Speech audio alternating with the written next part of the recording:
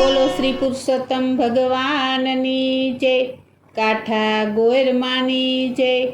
ઓમ શ્રી કૃષ્ણાય વાસુદેવાય હરયે પરમાત્મને પ્રણત ક્લેશનાશાય ગોવિંદાય નમો નમઃ, ગોવિંદાય નમો નમઃ। નમસ્કાર મિત્રો, આપ જોઈ રહ્યા છો આપણી યુટ્યુબ ચેનલ શ્યામા શ્યામ દર્શનમાં આપનું હાર્દિક સ્વાગત છે। અત્યારે આપણે અધિક માસ એટલે કે પુરુષોત્તમ માસમાં આપણે કથા સાંભળી રહ્યા છીએ। તો આ વાર્તા સાંભળવા મારી સાથે અંત સુધી જોડાયેલ રહેજો। તો આ વિડીયો પસંદ આવે તો લાઈક કરજો, શેર કરજો અને સબસ્ક્રાઈબ કરવાનું ભૂલતા નહીં, જેથી આવનારા બીજા વિડીયોની માહિતી આપ સુધી તરત પહોંચે। અધ્યાય 21મો, પુરુષોત્તમ ભગવાનની પૂજન વિધિ। સૂત પુરાણી બોલ્યા, હે મુનિ શ્રેષ્ઠો, પુરુષોત્તમ માસની વ્રતવિધિ બતાવ્યા પછી ભગવાન પુરુષોત્તમની પૂજન વિધિ કેવી રીતે કરવામાં આવે છે તે હું તેમને જણાવું છું, તે સાંભળો। ધાતુની મૂર્તિને અગ્નિમાં તપાવ્યા પછી તેને બીજ મંત્રોથી પ્રાણ પ્રતિષ્ઠા કરવી। તેમ કરવાથી જ તે મૂર્તિમાં દેવત્વ દાખલ થાય છે। પછી પુરુષોત્તમ ભગવાનનું ષોડશોપચાર વડે પૂજન કરવું। આહવાન કરી બોલાવી તેમને આસન ગ્રહણ કરવા કહેવું। પછી તેમના પગ ધોવા, અર્ધ્ય અર્પણ કરવો, આચમન કરતા રહેવું। પહેલાં પંચામૃતથી સ્નાન કરાવવું, પછી શુદ્ધ શીતળ જળથી સ્નાન કરાવવું। પિતાંબરનો જોટો અર્પણ કરવો, જનોઈ પહેરાવવી, સુખડ ચંદન આદિનું લેપન કરવું। અક્ષત ચડાવ્યા પછી પુષ્પો ચઢાવવા। આ દરેક વિધિ વખતે તેના જે બીજ મંત્રો છે તે અવશ્ય બોલવા, પછી તે વિધિ કરવી। આટલી વિધિ પત્યા પછી અંગ પ્રત્યંગની પૂજા કરવી, જેમ કે ચરણની પૂજા, ઘૂંટીઓની પૂજા, ઢીચણોની પૂજા, જાંઘની પૂજા, કેળની પૂજા, લિંગની પૂજા, નાભીની પૂજા, હૃદયની પૂજા, કંઠની પૂજા, બાહુઓની પૂજા, મુખની પૂજા, નેત્રોની પૂજા, મસ્તકની પૂજા। આ દરેક અંગની પૂજા ક્રમબદ્ધ રીતે કરતી વખતે તેના જે અંગોના બીજ મંત્ર છે તે અવશ્ય બોલવા। આમ પ્રતિમાના સર્વ અંગોની પૂજા કરવી। આટલું કાર્ય થયા પછી સુગંધી ધૂપ અર્પણ કરવો, દીપ કરવો, નૈવેદ્ય ધરવું, જળપાન કરાવવું, શ્રીફળ ધરવું, સોપારી કપૂરથી યુક્ત નાગરવેલનું પાન ધરવું, દાન ધરવું, પછી આરતી ઉતારવી, પ્રદક્ષિણા કરવી, પુષ્પાંજલિ અર્પણ કરી છેલ્લે નમસ્કાર કરવા। આ બધી વિધિ માટે જે તે બીજ મંત્રનો ઉપયોગ કરવો।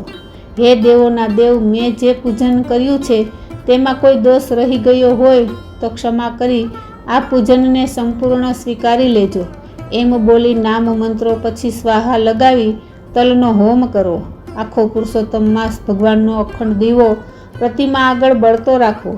આ રીતે ભગવાન વિષ્ણુનું ભક્તિભાવથી પૂજન કરનાર આ લોકમાં અનેક પ્રકારના સુખ ભોગવી અને પ્રભુના પરમધામ વૈકુંઠમાં જાય છે।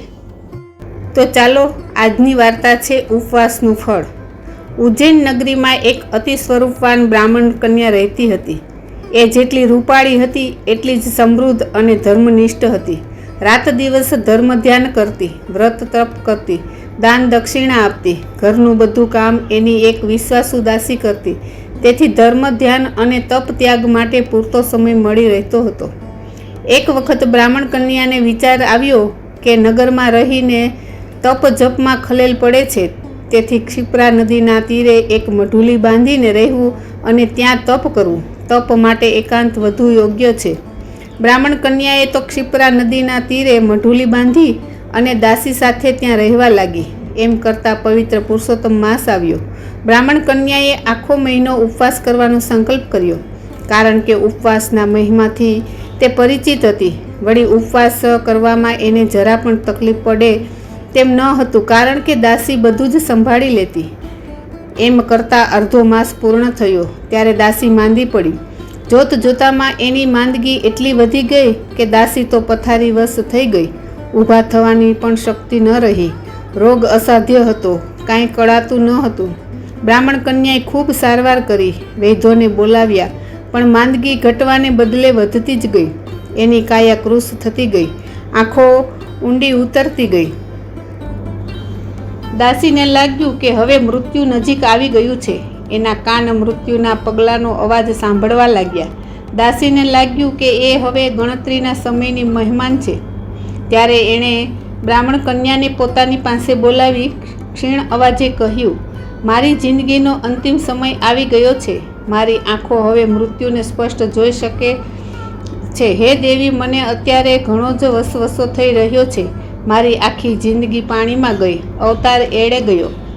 દેવને પણ દુર્લભ એવો મહામૂલો માનવ દેહ મને મળ્યો, પણ મેં કોઈ એવો વ્રત તપ ન કર્યા, દાન પુણ્ય ન કર્યા, પરભવનું ભાથું ન બાંધ્યું, કોઈ સારા કામ મેં કર્યા નથી. મેં જિંદગી ખાવા પીવામાં ગાળી. હે દેવી, હવે મને મુક્તિ કઈ રીતે મળશે? નક્કી મારો નરકમાં વાસ થશે. આ સાંભળી બ્રાહ્મણ કન્યા એને આશ્વાસન આપતા કહેવા લાગી, હે દાસી, જીવ માત્રને પોતાના કર્મનું ફળ ભોગવવું જ પડે છે. સારા કર્મનું ફળ સારું મળે, પણ હે દાસી, અંત સમયે શોક કરવો વૃથા છે. અંત ટાણે તને સત્કર્મ ન કર્યાનો પશ્ચાતાપ થઈ રહ્યો છે. છેલ્લા સમયે તને સત્ય સમજાય છે, એટલે કદાચ તારી સદગતિ થાય. ત્યારે દાસી પશ્ચાતાપ ભર્યા અવાજે ગળગળા સાદે બોલી, હે દેવી, મને બીજું કોઈ દુઃખ નથી. વસવસો એ વાતનો છે કે તમારા પવિત્ર સંગમાં રહેવા છતાં મને ધર્મનો રંગ ન લાગ્યો, મને વ્રત તપ ન સૂઝ્યા, સત્સંગનો મેં લાભ ન લીધો. કહે છે કે સાથે રહેનારને વાન ભલે ન આવે પણ શાન તો આવે જ, પણ હું એટલી દુર્ભાગી છું કે મને શાન પણ ન આવી. કંચન સાથે રહેવા છતાં પણ હું કથિર જ રહી. દાસીની આંખમાંથી આંસુ વહેવા લાગ્યા. અંત ટાણે પોતાની વિશ્વાસુ દાસીને રડતી જોઈને એને ઘણી દયા આવી, પણ હવે કશું થઈ શકે તેમ ન હતું. છતાં તે પોતાની વિશ્વાસુ દાસીને સાંત્વના આપવા લાગી. હે દાસી, તું અફસોસ ન કર. પૂર્વજન્મે પુણ્ય કર્યા હોય તો જ આ ભવે ધર્મ ધ્યાન સૂજે છે. તારી યુવાનીમાં તે ભક્તિ ભજન કર્યા હોત, પ્રભુના નામ જપ કર્યા હોત તો અંત ટાણે તારી આંખમાં આંસુ ન હોત, તારો જન્મ સફળ થઈ જાત. તે મારી ઘણી સેવા કરી છે. તારા લીધે જ હું વ્રત તપ કરી રહી છું. તેથી તારી જો કોઈ ઈચ્છા હોય તો બોલ. ત્યારે દાસી કહેવા લાગી, હે દેવી, મારી એક અંતિમ ઈચ્છા છે. જો તમે વિશાળ હૃદય રાખી મારી એ ઈચ્છા પૂરી કરો તો હજુ પણ મારો જન્મ સફળ થાય તેમ છે. મારે નરકમાં સબડવું ન પડે. હે દેવી, મારા પર દયા કરી મારી એક અંતિમ ઈચ્છા પૂર્ણ કરો. દાસીના આવા ગળગળા શબ્દો સાંભળી બ્રાહ્મણ કન્યા કહેવા લાગી, હે બહેન, જરા પણ ખચકાટ વગર તારી ઈચ્છા જણાવ. હું ગમે તેમ કરીને તારી ઈચ્છા પૂર્ણ કરીશ. તે મારી ઘણી જ સેવા કરી છે, તેથી તને મદદ કરવી એ તો મારો ધર્મ બની જાય છે. હું તો પ્રાણી માત્રને સહાયભૂત થવાનું વ્રત લઈને બેઠી છું, તો પછી તને શા માટે મદદ ન કરું?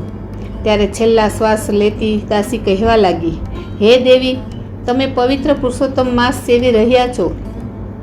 આ પવિત્ર માસમાં ઉપવાસ કરનારને અલૌકિક ફળ મળે છે એવું મેં સાંભળ્યું છે. તો મારા પર એક કૃપા કરો અને મને એક ઉપવાસનું ફળ આપો. કદાચ એક ઉપવાસના ફળથી મારું કલ્યાણ થઈ જાય. બ્રાહ્મણ કન્યા તો અતિ દયાળુ હતી. એણે તો પવિત્ર જળની અંજલિ ભરી પૂર્ણ પુરુષોત્તમ પ્રભુનું ધ્યાન ધર્યું અને એક ઉપવાસનું ફળ દાસીને અર્પણ કર્યું. એ જ ક્ષણે દાસીના શ્વાસો બંધ થઈ ગયા, આંખો ખુલ્લી રહી ગઈ.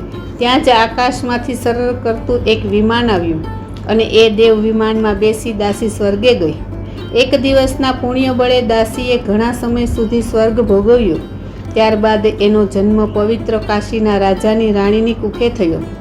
એને રાજકુંવરીનું સુખ ભોગવવા મળ્યું. આખી જિંદગી સુખ સમૃદ્ધિ ભોગવી એ અંતે વૈકુંઠને પામી.